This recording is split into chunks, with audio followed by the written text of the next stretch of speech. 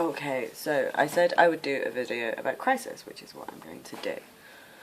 So, to put it quite bluntly, and I'm not going to sugarcoat it at all, the LSE currently does not have any understanding of how the systems, the policymakers it is producing, work. And it's too late. We've had 8 years of austerity which have attempted to undermine the rule of law and which have demonstrated which belief systems, which institutions were not aware of that rule of law, and now that is at political crisis stage. Now, one of the problems is that this crisis is now at synthesis stage and you can't see it yet. Which is huge, but it's still going to come to you. And so what I wanted to explain to you is that right now, those crises are your biggest resource. And they're not going to feel like it, they're going to feel fucking awful. They're going to hit at the very core of your identity, of who you are. Because what these crises are going to do, first of all, is they are going to give you a multidimensional understanding of the system that you're in and where you are in it. Now, the word multidimensional is very, very simple. I show you this picture there, you can see a picture. You can see the front of a lighter. If I turn it around, you can see the back of it. If I give you that profile, you can see that. If I go like that, I can turn it around. I can work it. Well, I can't make it work because it doesn't work. You know, but I can throw it, I can catch it, I can weigh it, I can do things, I can see where it is in relation to other objects, I can keep it away from children. It's a multi-dimensional object.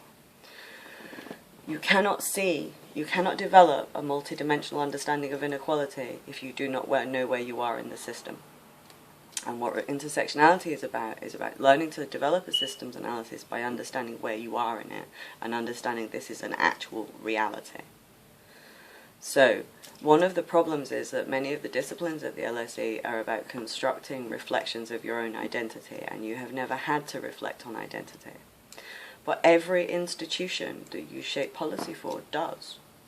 All the institutions connected around children, health, education, social care, all these different providers, they all do this. And we have a human function in the economy who does this on the ground, and that's me. But because you don't do this, policy has become so bad that our child protection system no longer works and has become abusive, and our benefit system has become abusive. And so I'm trained to assess whether or not we're meeting the rule of law in these areas and why we're not. I don't have a system that we can work in, and the pressure of working in that system and cleaning up industrialised child rape, that I'm washing my hands of those children on behalf of the state has left me with serious... All of this is because of that.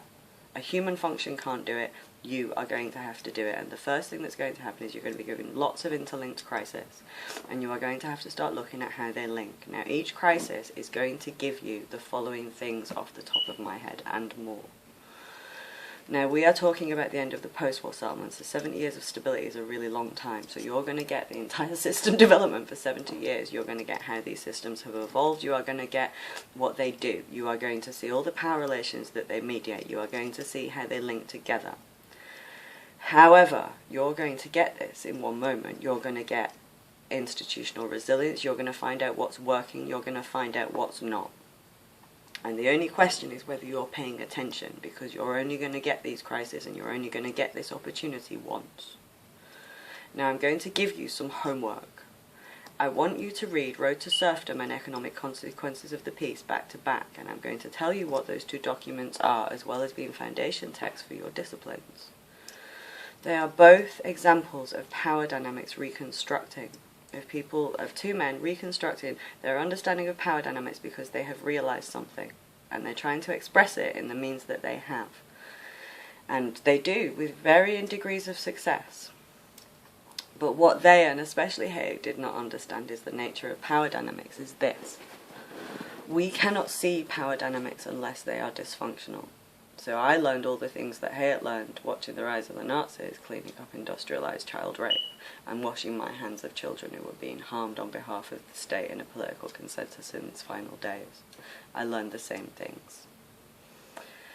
Now, power dynamics, you can't see them unless they're dysfunctional, and then once they're dysfunctional, they reconstruct your understanding of things. Like, the only time you can reconstruct your understanding of power dynamics is when there's an emotional response. We generate crisis to expose power dynamics that are dysfunctional. We do it more efficiently than anything else as a species. And so we can't see power dynamics. They're usually an extension of normal relations. They're usually hidden and they become abusive. And in the process where they are becoming abusive, we are becoming aware of them and we are reconstructing our understanding of power according to that. That can only happen when there is actual power dynamics. John, you know that moment when your neck is burning and you are mortified and you cannot cope with the difficulty of... That is the most useful point in your new role. That is gold. That is striking diamonds. Because you can reflect all you like, and I do. I reflect a lot. The only time you can reconstruct your understanding of power dynamics is when there is that emotional reaction, and that is when we drive crisis. So what these crises are also going to do is they are going to generate enough charge that lots of people's understanding of power reconstructs rapidly. Now, I am someone where my understanding of power is reconstructed rapidly hundreds and hundreds and hundreds of times, and I'm very efficient at processing that and reflecting on that. But unfortunately, what that also gives me is a bit of an insight into what the world would be like if the country all had the same understanding of power dynamics that I did. And I'm alright with my perspective being marginal. I'm not alright with everybody having my understanding of power dynamics, because that means really, really bad stuff is about to happen. Now, within this crisis, the reason I identified a reflex within my dissertation was because at the end of a cycle, you're not interested in conscious actions and decisions. You're interested in reflexes, because the human species we are not clever enough to consciously repeat a cycle. We just can't do it. We can't repeat the same action efficiently if we are thinking about it. We can only really do it if it becomes a reflex. Now, a reflex is an action that's not consciously thought about. It's born of identity, and it's usually indicative of dynamics between groups. My dissertation outlines the reflex across the LSE to lash out at people like me to hide that you don't know things.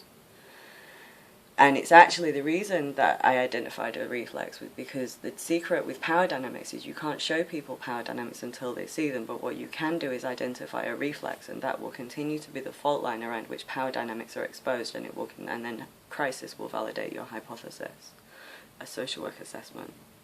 The reason I identified that reflex was because it would continue to be at the root of crisis. And because at the end of a cycle you are concerned with reflexes, it's the things that we haven't unlearned. Elite social closure, misogyny. From my perspective, that first playlist, The Evolution of Systems, you will have to accommodate all of that. There will be no choice. By the end of that crisis, by the end of this crisis, however much you protect identity, you will have accommodated all of that. Not because I say so, but because that's what this crisis is doing.